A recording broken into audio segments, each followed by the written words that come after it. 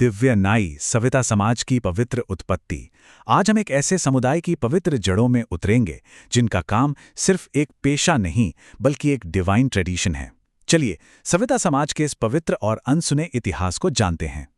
जरा सोचिए, क्या हो अगर एक हेयर कट मतलब बाल कटवाना एक सीक्रेट रिचुअल हो, एक पवित्र अनुष्ठान।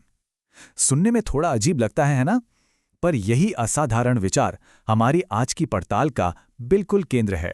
तो चलिए इसी सवाल के साथ आगे बढ़ते हैं। भारत में नाई समुदाय को सविता समाज के नाम से जाना जाता है और उनकी ये जो पहचान है ना, वो सीधे सीधे जुड़ी है उनके पौराणिक पूर्वज और पूजनीय गुरु सविता महर्षि से। तो सबसे पहले उस पौराणिक कथा को जानते हैं जो इस समुदाय की फाउंडेशन है, उसकी नींव है। इस पूरी कहानी के सेंटर में एक शब्द है, आयुष कर्म।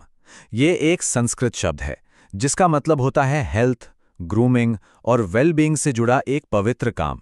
और मान्यताओं के हिसाब से ये काम किसी और के लिए नहीं बल्कि खुद देवताओं की सेवा के लिए सौंपा गया था। और यही बात इस पेशे को एक अलग ही सेक्रेड लेवल पर ले जाती है। अब कहानी उस मोड़ पर आती है जहां एक डिवाइन इंटरवेंशन, एक दिव्य हस्तक्षेप बहुत जरूरी हो गया था।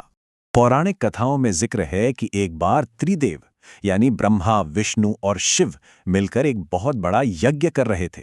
सोचिए, एक ऐसा दिव्य अनुष्ठान जिसका गवाह पूरा ब्रह्मांड बन रहा था। अब इसी यज्ञ के बीच हवन कुंड की जो तेज आग थी, उसने भगवान शिव की बड़ी हुई जटाओं को जला दिया और उनके रूप को बिगाड़ दिया। अब ये कोई छोटी मोटी समस्या तो थी नहीं, इसका समाधान किसी साधारण इंसान के बस की बात बिल्कुल नहीं थी। तो इस हालत को देखकर देवी पार्वती परेशान हो गईं और उन्होंने शिवजी से उन बालों को हटाने के लिए कहा।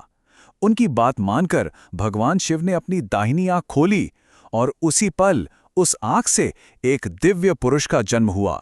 और सबसे हैरान करने वाली बात, वो अपने साथ नाई के सारे औजार और पवित्र सामान लेकर प्रकट हुए थे। जी हां, यही थे सविता महर्षि।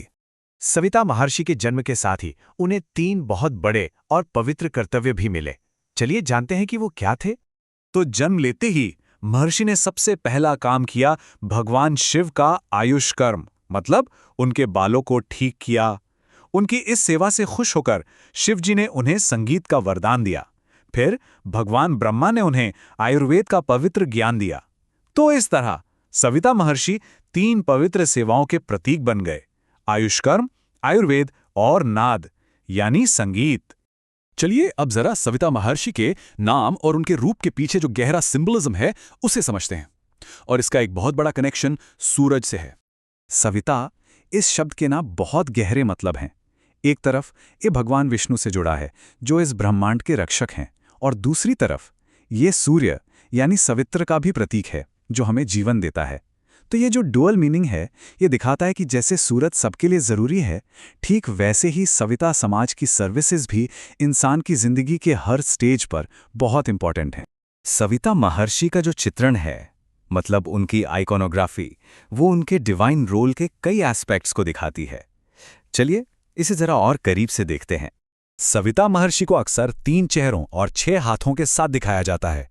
उनका पहला चेहरा है आयुष कर्म यानी वेल बीइंग का प्रतीक, दूसरा चेहरा है आयुर्वेद यानी हीलिंग का प्रतीक, और तीसरा नाद यानी संगीत का। उनके हाथों में भी खास चीजें हैं, सामवेद जो दिव्य ज्ञान को दिखाता है, अमृत कुंभ जो हेल्थ को दिखाता है, और वीणा जो कला और संगीत का प्रतीक हैं।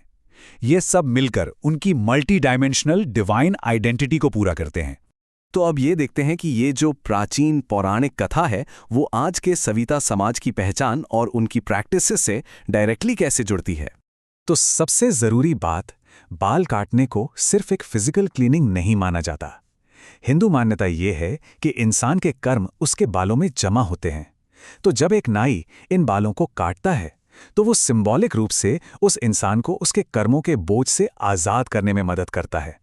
और बस यही एक बात इस पेशे को एक बहुत ही गहरा स्पिरिचुअल मीनिंग देती है। सविता महर्षि की इस पूरी कहानी का असर इस समुदाय के अलग अलग नामों में भी साफ झलकता है, जैसे नाई या नयनज नाम। ये शिव के नयन यानी आंख से उनके जन्म को दिखाता है। संगीत से जुड़ाव की वजह से उन्हें भजंत्री भी कहते हैं, और आयुर्वेदिक ज्ञान की वजह से वैद्य या पंडित भी। और पता है, हर साल माघ महीने में रथ सप्तमी के दिन सविता महर्षि की जयंती भी मनाई जाती है। ये वही खास दिन है जो सूर्य देव को समर्पित है। तो ये जो सेलिब्रेशन है, ये सूरज के साथ उनके गहरे कनेक्शन को और भी पक्का करता है, जो बैलेंस और हार्मनी का प्रतीक है। तो कुल मिलाकर देखें तो सविता समाज सिर्फ एक प्रोफेशनल कम्युनिटी नहीं है, ये तो हेल्थ, हीलिंग, म्यूजिक और स्पिरिचुअल प्योरिटी का एक यूनिक कॉम्बिनेशन है, एक अद्भुत संगम है जो सदियों से अपनी डिवाइन लेगेसी को जिंदा रखे हुए है। और ये हमें एक सवाल के साथ छोड़ जाता है। जरा सोचिए, हमारे आसपास ऐसे कितने और रोजमर्रा के पेशे हैं जिनके पीछे शायद ऐसी ही गहरी और पवित्र कहानियां छिपी हों, जिनके बारे में हमें कुछ पता ही नहीं।